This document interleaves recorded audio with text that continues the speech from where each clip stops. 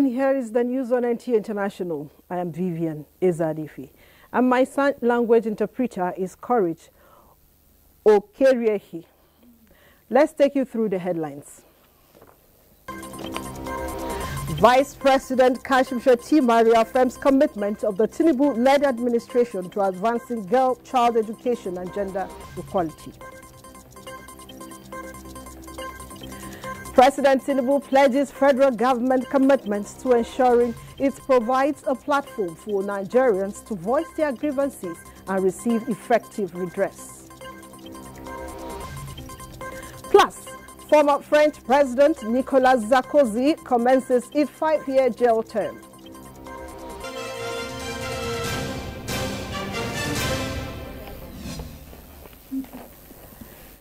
And now to the news in full. A girl-child education is at the center of President Bola Tinubu's administration, and no effort will be spared to actualize its goals in Nigeria. Vice President Kashim Shettima gave the assurance during a meeting with a delegation from Plan International, led by its Director of Programs, Quality and Innovation, Helen Mufnobwang Idiong, to demonstrate the federal government's commitment to girl-child education. Vice President Shettima invited a teenager, Joy Oga, to take over the seat of the Vice President for a day and address the nation. State House correspondent Abdulrahman Jibrila reports.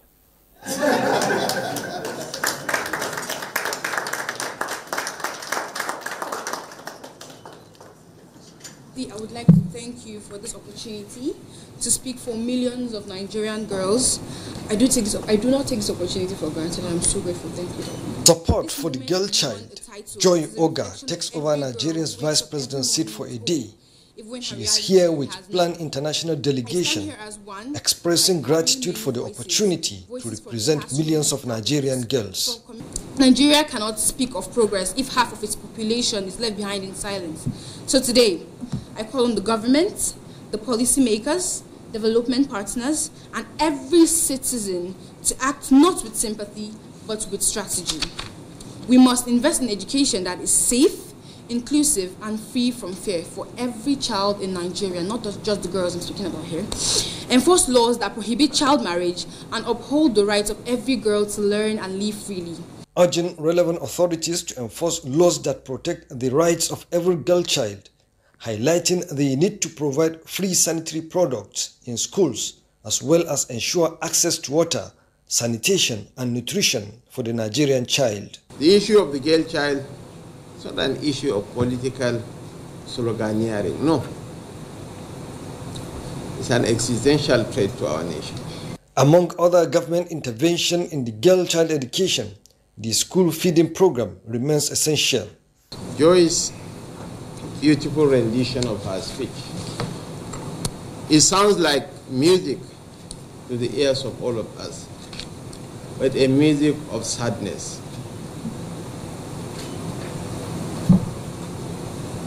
But hope springs eternal from the hearts of men and women. And I believe that in President Bola Tinubu, you have an ally that you can believe and invest your trust in. He is quite passionate about girl child education.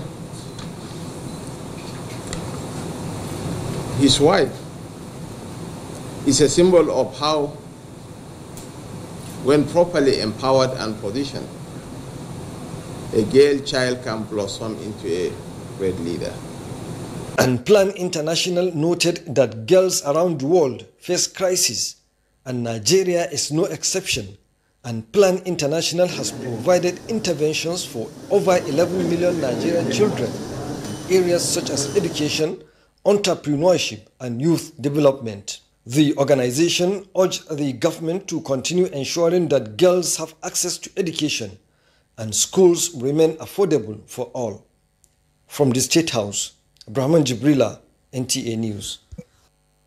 While in Katsina State, Vice President Kashim Shettima has commended entrepreneurs and innovators in Katsina State for their outstanding contributions to economic growth and development. He made this remark at the MSME Clinic Award dinner and DICO Social Innovation Academy graduation ceremony, where outstanding entrepreneurs and businesses were recognized and celebrated. Awal Haliru reports.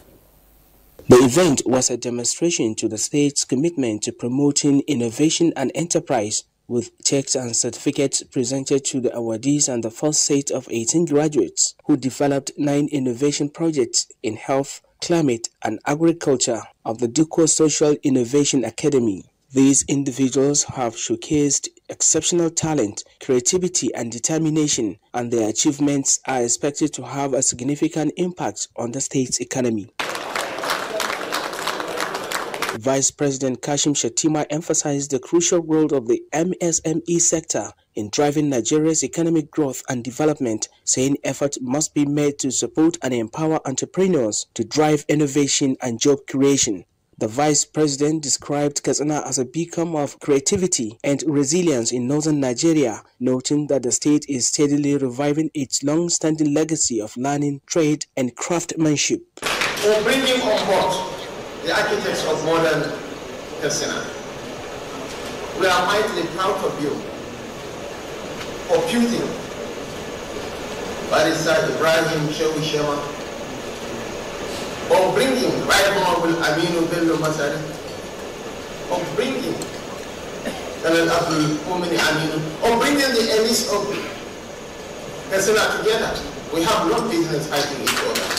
Governor Dukorada pointed out the state initiatives to support small and medium-scale enterprises and promote economic development. It is a powerful way to empower young people, especially those who do not have access to some exposure or resources or otherwise. The MSME Clinic Award dinner and DICO Social Innovation Academy graduation ceremony is an event that recognizes and celebrates outstanding entrepreneurs and businesses in Katsina State. It provides a platform for entrepreneurs to network, share ideas, and showcase their innovations.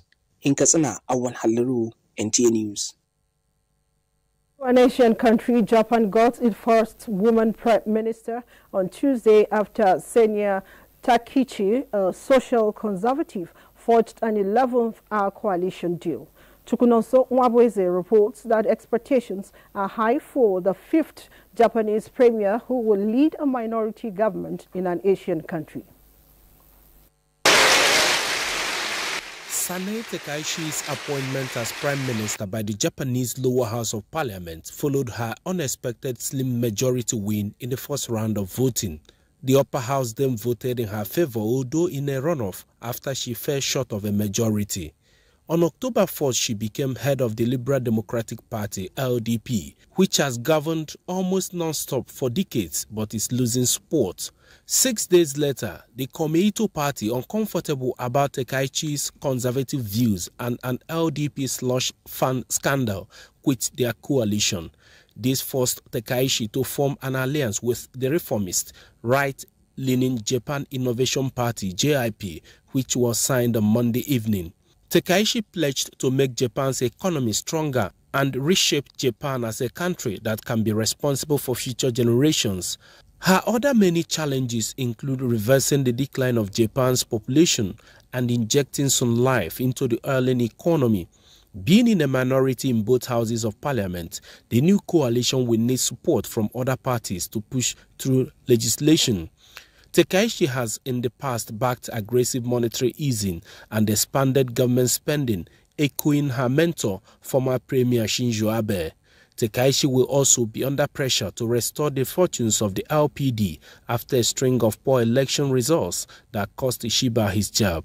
In an effort to bring them back, Takaichi has taken a tough stance on immigration and foreign tourists, both of which emerged as key issues in the LDP leadership race.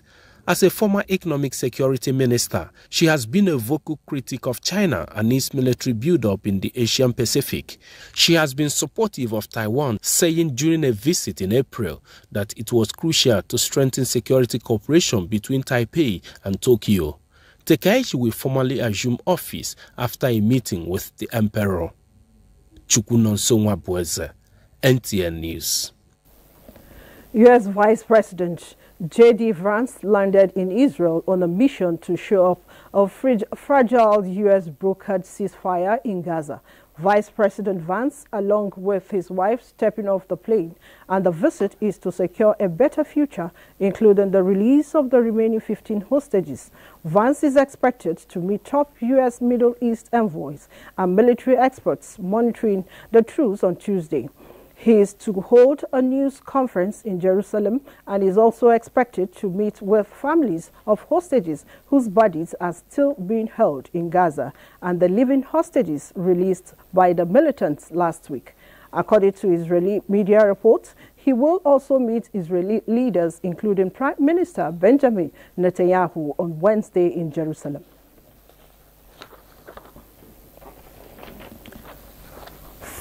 Former French President Nicolas Sarkozy is the first former head of the European Union state to be jailed, just as a Slovak court on Tuesday sentenced a gunman who shot the country's Prime Minister, Robert Fico, last year to 21 years imprisonment.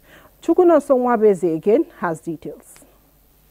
Former French President Nicolas Sarkozy, accompanied by his wife Clara, were greeted by supporters who gathered to cheer him on as he made his way to the La Santa prison in Paris.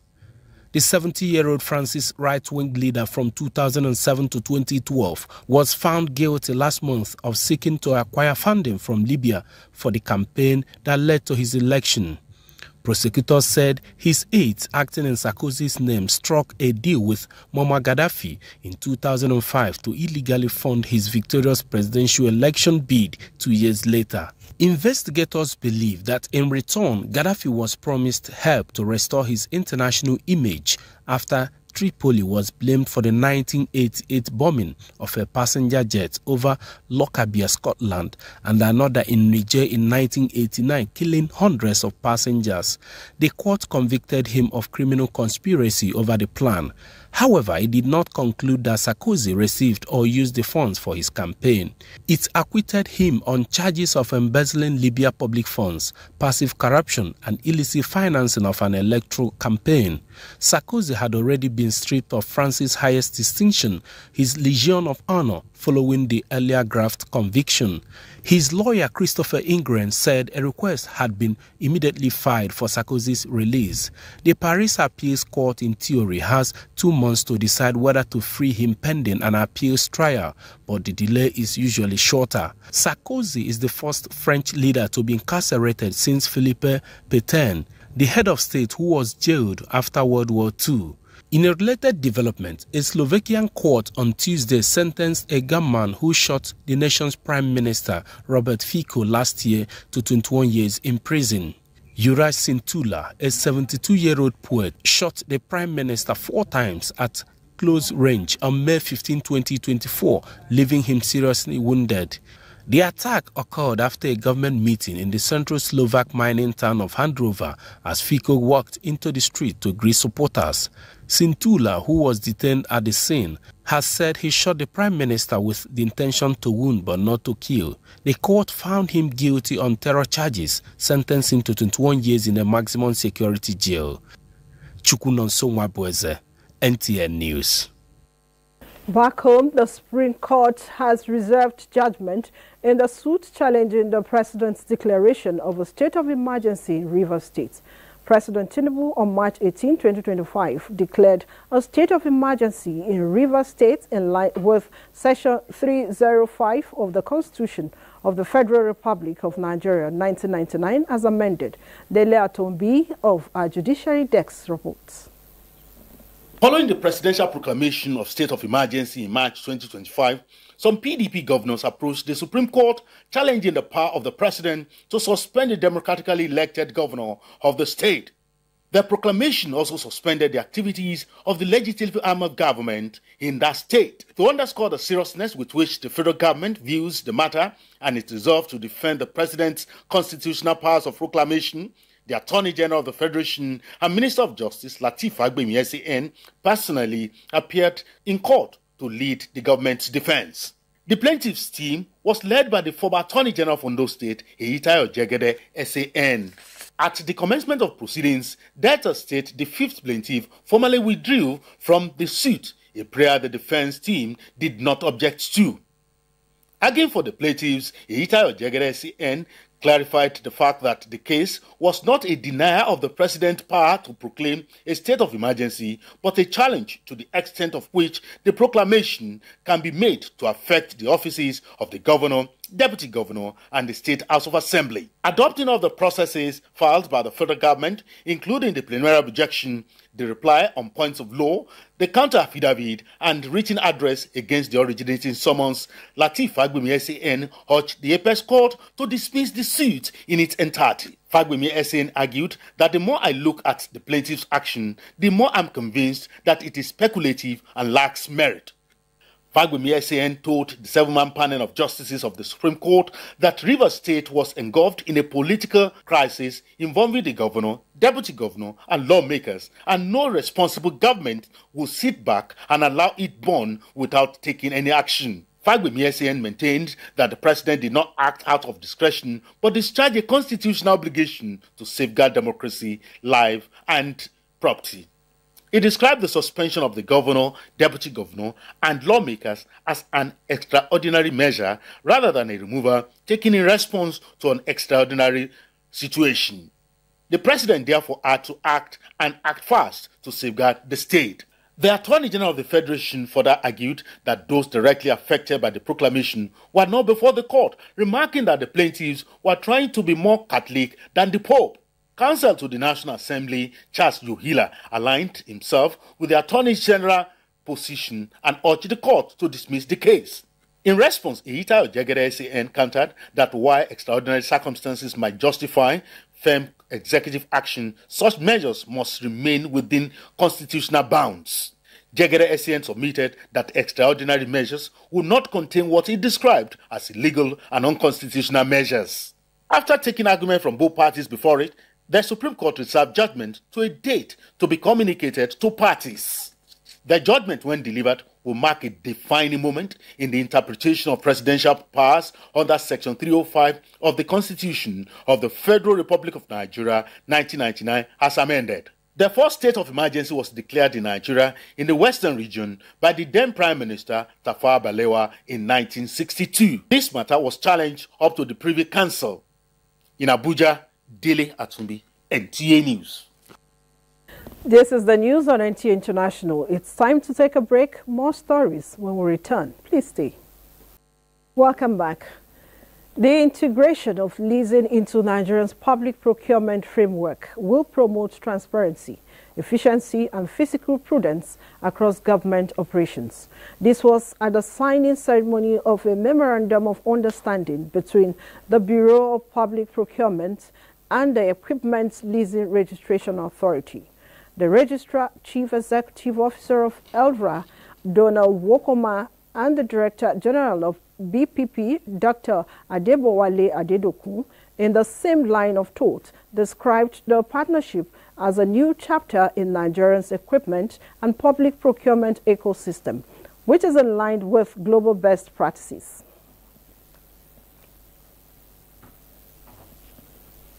To ensure that those who will do businesses with them, those who will go into this sector, must show evidently that they are registered with Equipment Leasing Registration Authority. It's something that they have to do, and BPP will be at the back of the authority to ensure compliance. What that means is, if I don't see evidence that they've registered, what that means is non-compliance. Then I will not be able to issue appropriate certificate of no objection because of non-compliance. So the impact of this would reduce physical pressure, enhance service delivery, and improve asset management, aligning perfectly with the Renewed Hope agenda and Nigerians' drive for economic diversification. Under the Equipment Leasing Act 2015, ELRA is empowered to regulate and register all leasing transactions in Nigeria. Similarly, the Public Procurement Act mandates BPP to guarantee value for money and competitiveness in government transactions. The partnership harmonized these mandates, creating a unified process for all lease-related procurements to be duly registered. And to global health matters now, global health leaders at the World Health Summit in Berlin say achieving non-communicable diseases equity for African women requires more than awareness. It demands action, investment, and integration. They cited successful models from Nigeria, Kenya, and Rwanda, where screening units and digital tracking tools are increasing women's access to life-saving NCD services. This was at a session on breaking barriers to advance women's care in non-communicable diseases, women-centric solutions for driving health equity.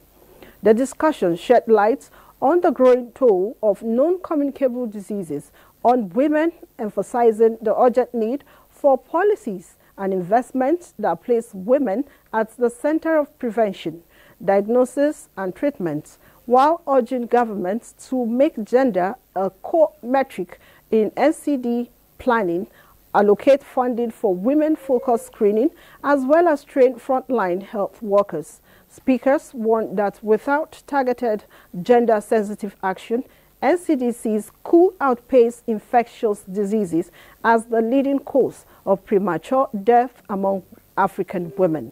While Dr. Sarah Nasser of Charité University Berlin observed many women face late diagnosis, limited access to affordable treatment, Dr. Abiola Ayelara, a Nigerian health advocate, called for stronger community engagement and data-driven action to reach underserved women. Basi Taitman spoke with some Nigerian participants at the session who observed that empowering women through equitable NCD strategies is not only about saving lives, but securing the continent's health and development future. The money they've got and the distance and the transportation, they might as well keep the money and use it for, for food for the family or buying food for the family for the kids, rather than using it for transportation to go and have the screening. President Bola Tinubu has pledged the federal government commitment to empowering the Public Complaints Commission, ensuring it provides a platform for vulnerable Nigerians to voice their grievances and receive effective redress. The president stated this in a message at the 2025 Global Ombudsman Summit and 50 years of nation building by the Public Complaints Commission. Ilyasu Ali Yakubu completes the report.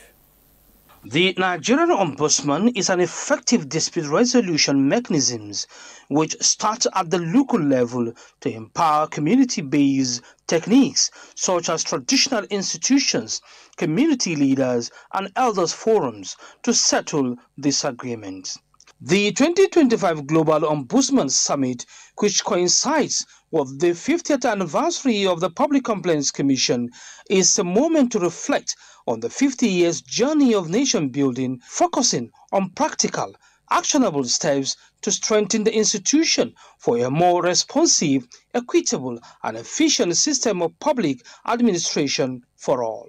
Deputy Speaker, House of Representatives Benjamin Kalu reiterated the federal government's resolve to re-engineer the Commission for proper handling of issues of infringement and rights of less privileged Nigerians. We also propose a structured mechanism for regular reporting to turn the PCC's findings into practical policy recommendations. This will strengthen the Commission and boost the accountability, supporting our democracy. Chief Commissioner Public Complaint Commission Bashir Abubakar says the Ombudsman's role must extend beyond merely reacting to complaints, but to maximize the effective use of proactive research and recommendations by analyzing patterns from individual complaints to systemic flaws in public administration and recommend policy changes that prevent future misconduct. Security clearance helps verify the background and character of potential appointees identifying any vulnerabilities that could compromise their impartiality or integrity. The Ombudsman is not an ordinary institution. It is the conscience of the state, the still small voice that speaks truth to power. The theme for the 2025 Global Ombudsman Summit is Effective Ombudsman Institution, a catalyst for good governance. In Abuja, Ilyasu Aliyakubu, NTA News. The federal government has inaugurated the 13th cohort of the mandatory training program for chief executive officers of federal agencies and parastatals. This strategic initiative, designed to anchor leadership on integrity, strategic stewardship, and the delivery of measurable citizen-centered outcomes, marks a significant step in advancing the renewed hope agenda. The Secretary to the Government of the Federation, Senator George Akume, who was represented, emphasized that public service leadership constitutes a sacred trust, one that demands unwavering commitment to national progress. He directed chief executives to ensure that their institutional objectives are rigorously aligned with national priorities, while upholding the core values of transparency, professionalism, and efficiency. The head of the Civil Service of the Federation, Dr. Ndidi Esther Watson-Jack, underscored the program's strategic importance. Framed under the theme, Lead Boldly, Reform, Delivered, Renew, she charged the CEOs to serve as vanguards of institutional reform and public trust, a role pivotal to the successful implementation of the renewed hope agenda. And that's the news on NTA International. I am Vivian Ezadefe, and my son language is Mr. Courage.